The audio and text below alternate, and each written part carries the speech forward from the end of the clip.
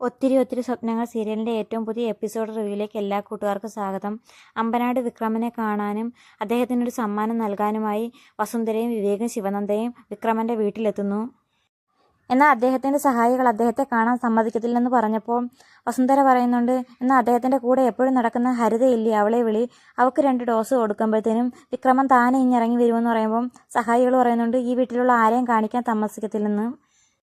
എന്തു തന്നെ പ്രശ്നമുണ്ടായാലും വിക്രമനെ കാണാതെ ഞാൻ ഈ വീട്ടിൽ നിന്ന് പോകില്ല എന്ന് വസുന്ധര പറയുമ്പോൾ സഹായികൾ പറയുന്നുണ്ട്, അങ്ങനെ സാറിനെ കാണണമെങ്കിൽ മുന്നേ അപ്പോയിൻമെൻ്റ് എടുക്കണം, അല്ലാതെ സമ്മതിക്കത്തില്ലെന്ന് പറയുമ്പോൾ വസുന്ധര പറയുന്നുണ്ട്, ഞാൻ എൻ്റെ വീട്ടിൽ ഒരു അപ്പോയിൻമെൻറ്റും നൽകാതെ ഞാനൊരു മംഗളകാര്യം ചെയ്യുമ്പോൾ അവിടെ വന്ന് പ്രശ്നമുണ്ടാക്കിയിട്ട് പോയതാണ് ഈ വിക്രമനും അദ്ദേഹത്തിൻ്റെ കൂടെ നടക്കുന്ന ആ വാൽമാക്രിയായ ഹരിതയും, അതുകൊണ്ട് ഞാൻ അവരെ കണ്ടിട്ടല്ലാതെ ഈ വീട്ടിൽ നിന്ന് പോകില്ലെന്ന് ശാഠ്യം പിടിക്കുമ്പോൾ അവസാനം നിവർത്തിയിട്ട് വിക്രമനോട് കാര്യം പറയാൻ ചെല്ലുമ്പോൾ വിക്രമൻ പറയുന്നുണ്ട്, എനിക്ക് ഈ സമയത്ത് ആരെയും കാണാൻ താല്പര്യമില്ലെന്ന് പറയുമ്പം മറ്റാരുമല്ല, നിങ്ങളുടെ ശത്രുക്കൾ തന്നെയാണ് വന്നിട്ടുള്ളത്, ശിവനന്ദയും വസുന്ധരയും വിവേകുമാണ് വന്നിരിക്കുന്നതെന്ന് പറയുമ്പം പെട്ടെന്ന് ഹരിത അന്നേരം പറയുന്നുണ്ട്, പോലീസിനെ വിളിച്ച് അവരെ അറസ്റ്റ് ചെയ്യുകയാണ് വേണ്ടുന്നത് അങ്കിൾ എന്ന് പറയുമ്പം വിക്രമൻ പറയുന്നുണ്ട്, അത് വേണ്ട മോളെ, ഇന്നത്തെ ദിവസം തന്നെ ഇവരെ അറസ്റ്റ് ചെയ്തു കഴിഞ്ഞാൽ അഴിമതി വീരനായ വിക്രമനെതിരെ വാർത്ത കൊടുത്തതിൻ്റെ പേരിൽ അവരെ അറസ്റ്റ് ചെയ്ത് എന്നാകും, അതുകൊണ്ട് ഇന്ന് വേണ്ട എന്ന് വിക്രമൻ പറയുന്നുണ്ട്.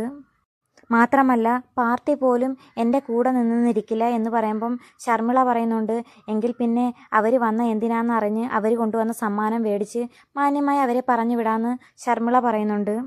ആ സമയത്ത് രാഹുൽ പറയുന്നുണ്ട്, ആ വസുന്ധരയുടെ മകൻ വിവേകിനെ ഞാനും ഒന്ന് കാണാനിരിക്കുകയായിരുന്നു, മുമ്പ് അവൻ ഞാൻ ഇല്ലാത്ത സമയത്ത് ഇവിടെ വന്ന് ഷോ കാണിച്ചിട്ട് പോയതല്ലേ, ഇന്നത്തെ കളി അവൻ വിചാരിക്കുന്നതിനപ്പുറമാകുമെന്ന് പറയുമ്പം വിക്രമൻ പറയുന്നുണ്ട്, എങ്കിൽ നീയും വാ എന്നും പറഞ്ഞ് വിക്രമ അങ്ങോട്ട് പോകുന്ന സമയത്ത് ശർമിള രാഹുലിനെ തടഞ്ഞുകൊണ്ട് പറയുന്നുണ്ട്, നീ അങ്ങോട്ടിപ്പോൾ വരാതിരിക്കുന്നതാണ് നല്ലത്, വർഷയുടെ കാമുകനായിട്ട് വസുന്ധരയ്ക്ക് നിന്നെ അറിയാം, മാത്രമല്ല നിന്റെ ലവറായ അഞ്ജു ശിവയുടെ കൂടെയാണ് താമസിക്കുന്നത്, അത് ഇന്ന് ഹരിത അങ്ങോട്ട് പറഞ്ഞതേ ഉള്ളൂ, അതുകൊണ്ട് ഈ സമയത്ത് നീ അങ്ങോട്ട് വരാതിരിക്കുന്നതാകും നല്ലതെന്ന് ശർമിള പറയുന്നത് കേട്ട് രാഹുൽ അങ്ങോട്ട് പോകുന്നില്ല.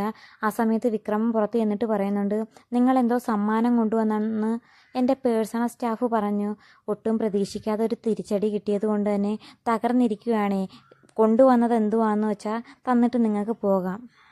അന്നേരം വസുന്ധര പറയും, ആ സമ്മാനം നിങ്ങളുടെ നെഞ്ചത്ത് ആര് സമർപ്പിക്കുമെന്ന് ഞങ്ങൾക്കിടയിൽ ഒരു തർക്കമുണ്ടായി, ഞങ്ങൾ 3 പേരും കൂടി അവസാനം ശിവനന്ദയെ തീരുമാനിച്ചു, പണ്ട് ഹംസൻ്റെ നെഞ്ചത്ത് റീത്ത് വെച്ചത് ഭഗവാൻ കൃഷ്ണനല്ലേ, അതുപോലെ അമ്മാവൻ്റെ നെഞ്ചത്ത് റീത്ത് വെക്കാൻ ഏറ്റവും അനുയോജ്യമായത് ശിവനന്ദയാണെന്ന് ഞങ്ങൾ കരുതി. എന്നിട്ട് വിവേക് ശിവയോട് പറയുന്നുണ്ട്, ചെന്ന് ആദരപൂർവ്വം ആ റീത്ത് സമർപ്പിച്ചിട്ട് വരാൻ പറയുമ്പം വിക്രമൻ പറയുന്നുണ്ട്, ചെയ്യാൻ വന്ന കാര്യം ചെയ്തിട്ട് പോ മരുമോളെ എന്ന് തിരിച്ചൊന്നാക്കി പറയുന്നുണ്ട്. അന്നേരം ഹരിത പെട്ടെന്ന് അങ്ങോട്ട് ചെന്നിട്ട് പറയുന്നുണ്ട്, നീ ഇനി ഒരടി മുന്നോട്ട് വെച്ചാൽ നിൻ്റെ കാല് ഞാൻ വെട്ടുമെന്ന് ശിവനന്ദയോട് പറയുന്നുണ്ട്. അപ്പം വസുന്ധര പറയുന്നുണ്ട്, നീ ഒരു ചുക്കും ചെയ്യില്ല, കുറച്ചു മുമ്പ് മീഡിയയിലൂടെ നിന്റെ അങ്കിളിൻ്റെ നെഞ്ചത്ത് പ്രതീകാത്മകമായി റീത്ത് വെച്ച് കഴിഞ്ഞിരിക്കുന്നു, അത്രയും ഇവൾക്ക് പറ്റുമെങ്കിൽ ഇതും പറ്റും എന്ന് വസുന്ധര തിരിച്ച് ഹരിതയോട് പറയുന്നുണ്ട്. അന്നേരം വിക്രമൻ പറയുന്നുണ്ട്, എന്നിട്ടെന്താ അവൾ ഇതുവരെ വെക്കാത്തത്, അവളെയും കൊണ്ട് അതൊന്നും സാധിക്കില്ല, ഏതോ ഒരു രാജകുമാരൻ്റെ വാർത്ത വായിക്കാൻ മാത്രമേ അവൾക്ക് സാധിക്കൂ, നിങ്ങൾ തിരഞ്ഞെടുത്ത ചോയ്സ് തെറ്റിപ്പോയെന്ന് വിക്രമൻ തിരിച്ചു പറയുമ്പോൾ വസുന്ധര പറയുന്നുണ്ട്, നീ എന്താ അയാളുടെ വാക്കുകൾ കേട്ട് പേടിച്ച് നിൽക്കുകയാണോ, പോയി റീത്ത് വെക്ക് എന്നും പറഞ്ഞ് വസുന്ധര പറയുമ്പോൾ അന്നേരം ശിവനന്ദ പറയുന്നുണ്ട്, അല്ല ആൻറ്റി, ഈ സിറ്റുവേഷനിൽ ഞാൻ എന്താണ് ചെയ്യേണ്ടതെന്ന് എൻ്റെ അച്ഛനോട് ചോദിക്കുമായിരുന്നു, അച്ഛൻ എനിക്കുള്ള മറുപടി തന്നു കഴിഞ്ഞു, ഈ 3 പേരുടെയും നെഞ്ചത്ത് റീത്ത് വെക്കാനാണ് എൻ്റെ ഉള്ളിലിരുന്നുകൊണ്ട് അച്ഛൻ പറയുന്നതെന്ന് പറയുമ്പം വിവേക് പറയുന്നുണ്ട്, ഇക്കാര്യം നീ വരുന്ന വഴിക്ക് പറഞ്ഞിരുന്നെങ്കിൽ നിൻ്റെ അച്ഛൻ നന്ദഗോപാലക്കുറുപ്പിൻ്റെ പേരെഴുതിയ 3 റീത്ത് ഞാൻ മേടിച്ചാനേ, അത് സാധിക്കാത്തതിൽ എനിക്കും വിഷമമുണ്ടെന്ന് വിവേകും പറയുന്നുണ്ട്. അന്നേരം വസുന്ധര പറയുന്നുണ്ട്, അത് സാരമില്ല മോളെ, ഇത് അർഹതപ്പെട്ട ആളുകൾ ഇവിടെയുണ്ടെന്നും പറഞ്ഞുകൊണ്ട് ഹരിതയുടെ പുറത്ത് തട്ടുന്നുണ്ട്. അന്നേരം ശിവനന്ദയാണെങ്കിൽ വിക്രമനെ നോക്കി പറയുന്നുണ്ട്, ഈ റീത്ത് നിങ്ങൾക്ക് ഞാൻ തരില്ല, നിങ്ങളുടെ രാഷ്ട്രീയ ജീവിതത്തിന് ഞാൻ റീത്ത് വെച്ച് കഴിഞ്ഞിരിക്കുന്നു.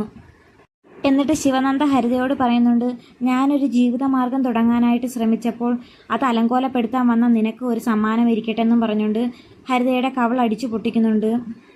അപ്പോഴാണെങ്കിൽ ഹരിത പറയുന്നുണ്ട്, എന്നെ ഇന്ന് വരെ ആരും തല്ലിയിട്ടില്ല, ഇതിന് നീ ഓർത്തു ദുഃഖിക്കേണ്ട അവസ്ഥ ഞാൻ ഉണ്ടാക്കുമെന്ന് പറയുമ്പം വസുന്ധര പറയുന്നുണ്ട്, നിന്നെ ആരും തല്ലാത്തതിൻ്റെ എല്ലാ കുറവും നിനക്കുണ്ട്, നിനക്ക് ആദ്യത്തെ അടി ശിവയുടെ കയ്യിൽ നിന്ന് കിട്ടിയതുകൊണ്ട് തന്നെ ഇനി നിനക്ക് തല്ലിൻ്റെ പൊടിപൂരമായിരിക്കുമെന്നൊക്കെ മാത്രമല്ല നിന്റെ ആ ചൊറിയുന്ന സംസാരം കേൾക്കുന്ന ഓരോരുത്തരും നിന്റെ കവളടിച്ചു പൊട്ടിക്കെട്ടെന്ന് വസുന്ധര പറഞ്ഞിട്ട് ശിവയോട് പറയുന്നുണ്ട്.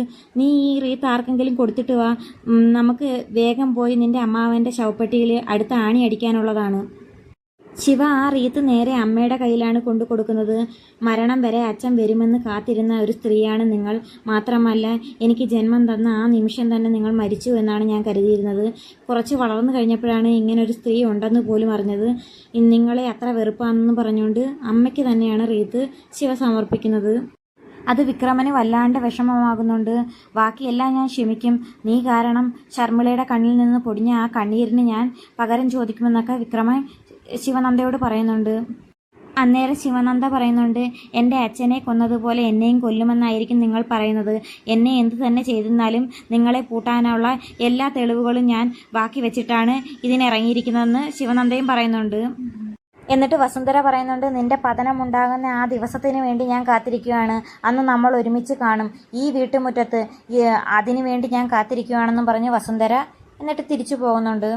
അവർ പോയതിന് ശേഷം ഹരിത ശർമ്മിളയോട് പറയുന്നുണ്ട്, മകളെ അകമഴിഞ്ഞ് സ്നേഹിച്ചതിനുള്ള സമ്മാനം കിട്ടിയില്ലേ, ഈ ട്രോഫിയും പിടിച്ചുകൊണ്ട് നിൽക്കാതെ പോയി പൂജാമുറിയിൽ വെച്ച് പൂജിക്കാനൊക്കെ പറഞ്ഞ് ശർമ്മിളയെ ഒരുപാട് വിഷമിപ്പിക്കുന്നുണ്ട്. അപ്പം വിക്രമൻ പറയുന്നുണ്ട്, അവൾ ഒന്നാമത് മനസ്സ് തകർന്നിരിക്കുകയാണ്, നീ ഇനി അവളെ വിഷമിപ്പിക്കരുതെന്ന് പറയുന്നുണ്ട്. പിന്നീട് അകത്ത് ചെന്ന് രാഹുലിനെ കാണുന്ന വിക്രമൻ രാഹുലിനോട് ദേഷ്യപ്പെടുന്നുണ്ട്.